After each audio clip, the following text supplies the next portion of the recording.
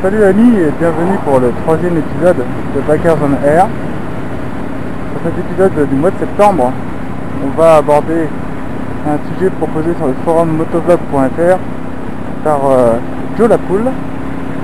Et avant de commencer, on va déjà annoncer un changement, à savoir que rien à foutre a quitté le groupe pour raisons personnelles.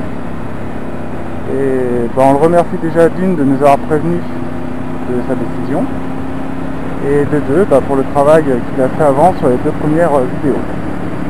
Donc pour le sujet du jour, Joe Lapoule nous a demandé de parler des différents types de motards. Alors on verra comment notre petit camarade aborde le sujet. Perso, nous on a pris ça comme qu'est-ce que pour vous un motard? Alors pour répondre à ça, pour nous il y a trois critères et un critère on va dire facultatif et un petit bonus. Alors le premier critère le plus important c'est l'esprit motard.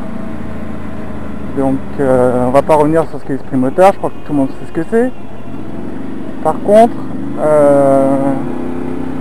quand je parle d'esprit motard, ça veut dire que si tu as une moto, si tu en as eu une, ou si tu vas en avoir une, et ben c'est bon, tu peux checker le premier point. Pour nous, tu peux déjà rentrer dans les critères pour être un motard. Donc que tu as cet esprit là, que tu aies le véhicule ou pas, peu importe.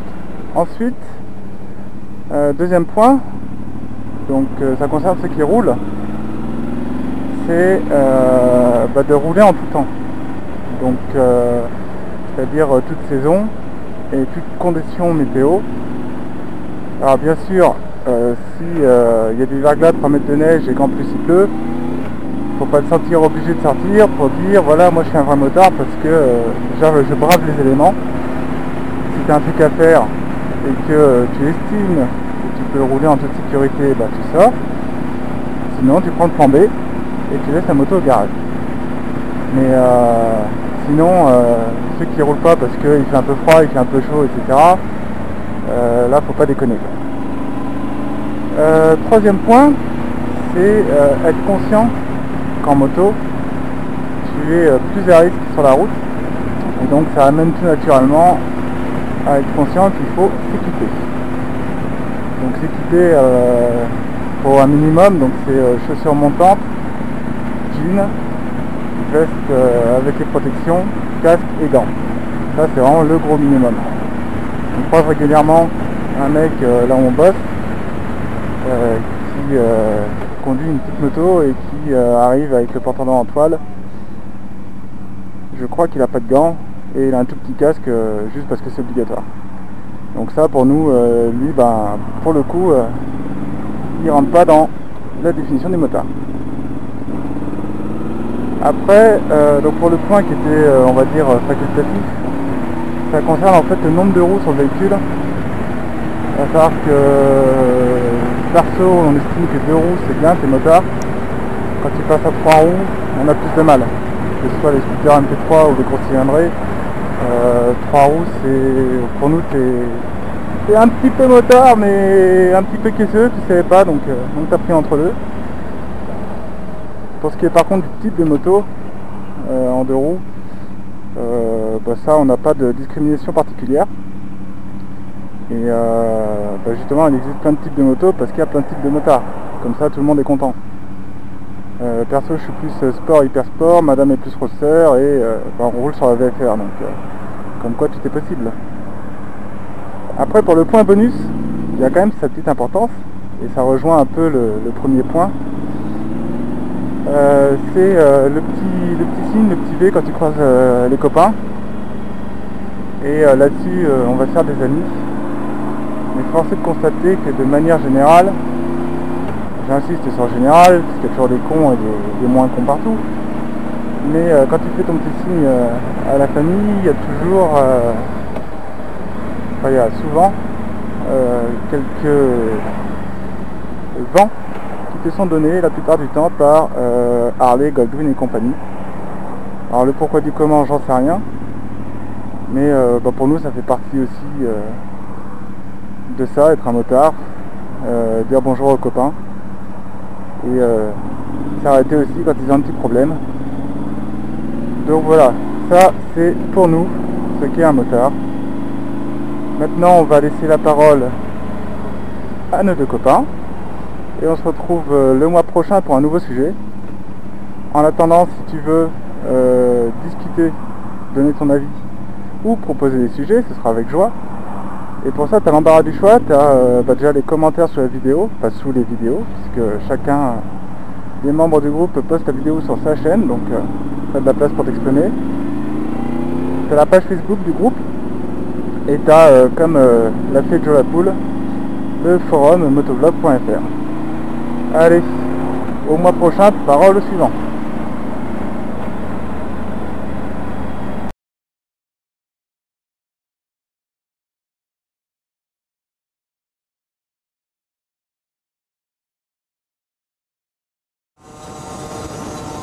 Eh bien, salut à tous. Aujourd'hui,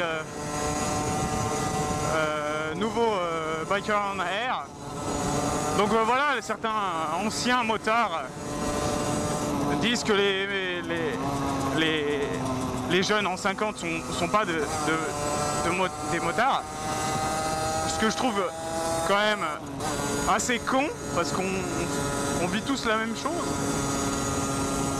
Du coup, bah, on est tous pareils. Du coup, je vois pas pourquoi on serait pas motards nous aussi. Bon, après, chacun son avis, hein. Il y en a qui pensent pas du tout ça. Mais bon, moi je me considère tout comme motard. Et puis voilà.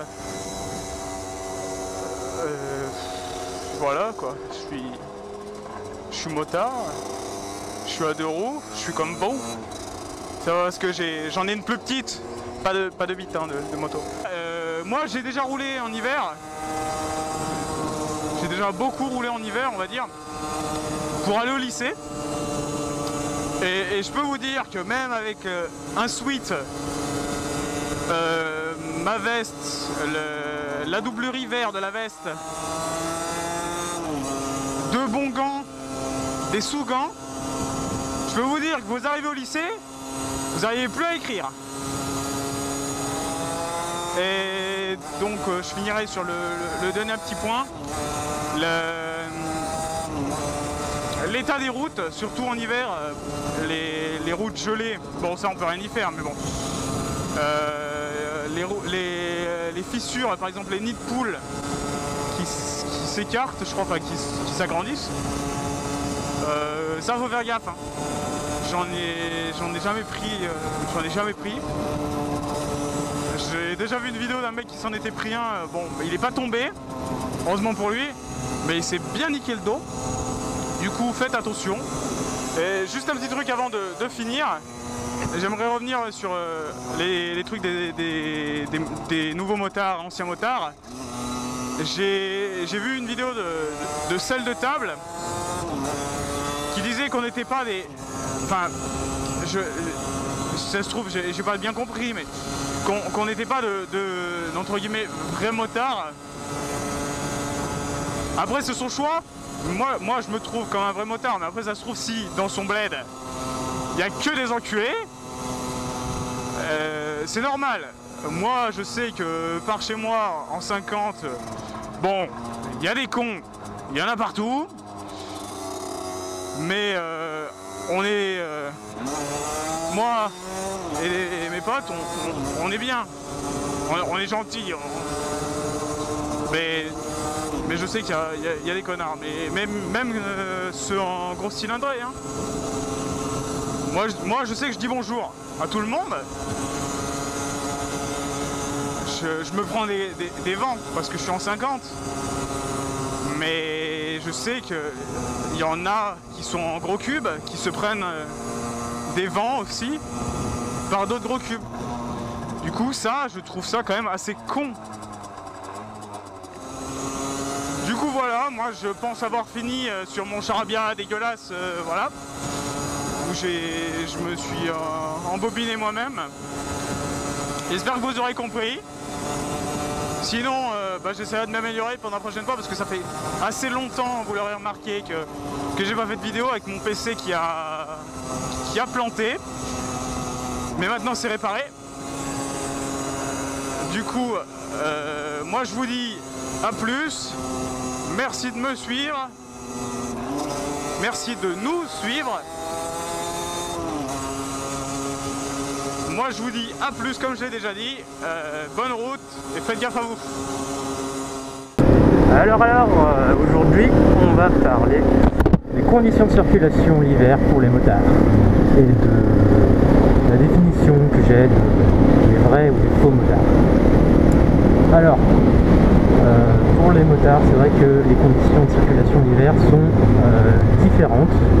Alors, quand on est en voiture, on a le chauffage, la radio et on est tranquille.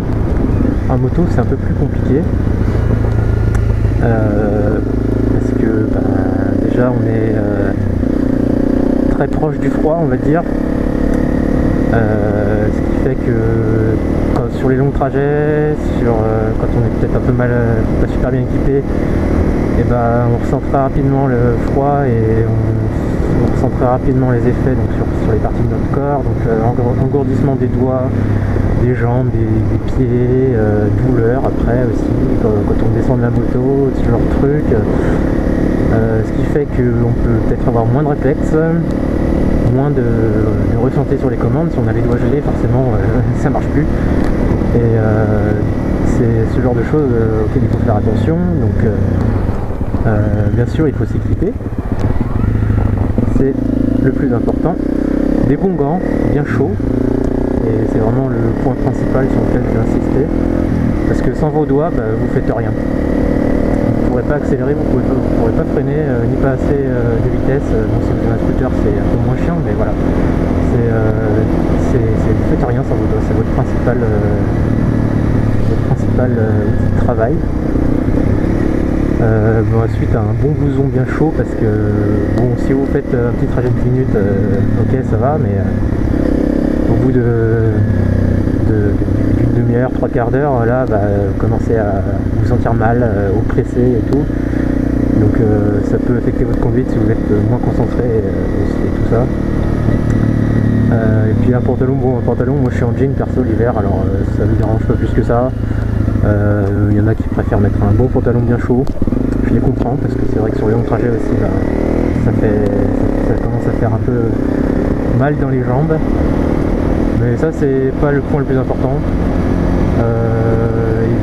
Des bonnes bottes pour venir chaud aux pieds, mine de rien c'est la partie qui se refroidit le plus vite avec les doigts, et ça fait super mal aux pieds quand on descend après de la moto, et ça met du temps à se réchauffer.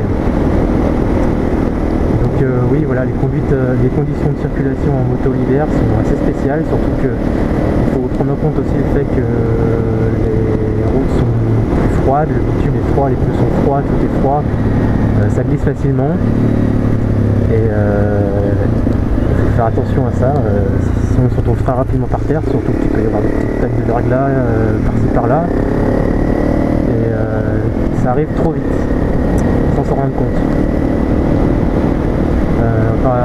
Bon, pour finir aussi, on va dire qu'il y a l'état des routes. Vous savez, l'hiver, quand il fait froid, le bitume se contracte et ça fait des trous, des fissures un peu partout qui sont bouchées à l'arrache au printemps avec un vieux mélange de caoutchouc et de bitume, je sais pas quoi. Mais bon, ça c'est secondaire, parce que ça il y en a toute l'année de toute façon. Et c'est pas ce qui... Bon, on peut faire très attention et on s'en sert très bien.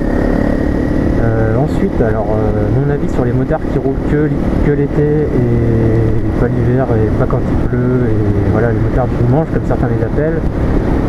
Moi j'ai une voiture aussi, et à l'époque où je travaillais pas loin de chez moi, j'avais pas Lyon, les bouchons de Lyon à affronter. C'est vrai que le matin on est tenté de prendre sa voiture, on est au chaud, on se fait pas trop chier, on n'a pas 10 minutes à prendre pour s'équiper. Mais par contre, bon, je faisais quand même de la moto en janvier pour faire des balades et tout. Après, voilà, donc je pense pas que j'étais un motard du dimanche non plus. Bon, après, il y a ceux qui roulent vraiment que d'avril à septembre, octobre. Là,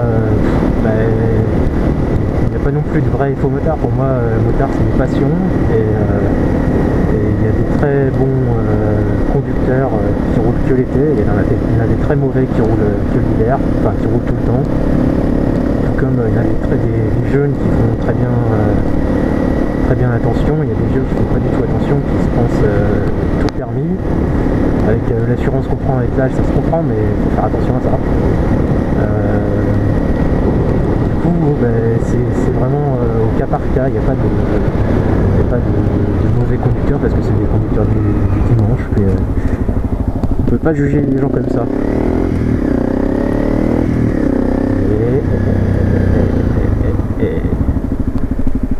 Hop là, un petit stoppé. Voilà. Après, on a tous son avis et vous avez le vôtre aussi, et vous avez le droit de le donner. Vous avez peut-être des arguments à fournir, et vous avez peut-être raison d'un côté. Peut-être que les motards du dimanche font plus les cons. Pour moi, s'il y a juste une seule catégorie que je qualifierais de pas motard du tout, c'est ceux qui se baladent en tongs et en short. Ça, qui se baladent l'été, l'hiver ou quand ils veulent, pour moi c'est pas des motards.